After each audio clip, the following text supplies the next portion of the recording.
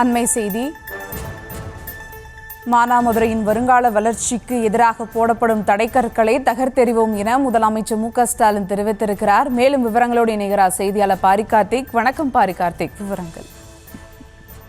வணக்கம். Metro rail திட்டம் மதுரை மற்றும் கோவையில் வராது என்று மத்திய அரசு தற்போது ஆணையை திருப்பி அனுப்பியிருப்பதாக தகவல் வருகிறது. குறிப்பாக சென்னையை அடுத்து மதுரை மற்றும் கோவையில் மெட்ரோ ரயில் திட்ட பணிகள் நடத்தப்படும் என்று தமிழ்நாடு அரசு அறிவித்த நிலையில் தற்போது 20 லட்சத்துக்கும் குறைவான மக்கள் தொகை இருப்பதன் காரணமாக கோவை மற்றும் மதுரையில் மெட்ரோ ரயில் திட்டம் நிதி வழங்குவதற்கு வாய்ப்பில்லை என மத்திய அரசு முதற்கட்டமாக தெரிவித்திருக்கிறது. இதனை கண்டித்து நேற்றைய தினம் கோவையிலும் இன்றைய தினம் மதுரையிலும் ஆர்ப்பாட்டம் நடைபெற்று வருகிறது. திமுக சார்பில் திமுகவினுடைய கூட்டணி கட்சியின் சார்பில் இந்த ஆர்ப்பாட்டம் 2வது நாளாக நடைபெற்ற நிலையில் இதுகுறித்து தமிழ்நாடு முதலமைச்சர் அவர்கள் தனது எக்ஸ் பக்கத்தில் மதுரையை பொறுத்தவரைக்கும் எய்ம்ஸும் வராது, மெட்ரோ ரயிலும் வராது என மதுரையை வஞ்சிக்கும் ஒன்றிய பாஜக அரசுக்கு எதிராக கூடல் நகரில் கூடிய நம் மதச்சார்பற்ற முற்போக்கு கூட்டணியினர் என்றும் தெரிவித்திருக்கிறார்.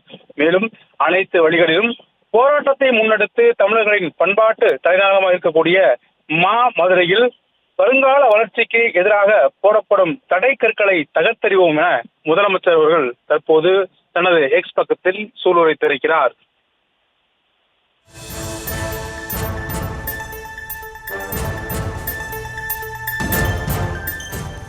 மாமதுரையின் வருங்கால வளர்ச்சிக்கு எதிராக போடப்படும் தடைக்கற்களை தகர்த்தெறிவோம் என முதலமைச்சர் மு.க.ஸ்டாலின் தெரிவித்திருக்கிறார். மேலும் விவரங்களுக்கு நன்றி பாரி கார்த்திக்.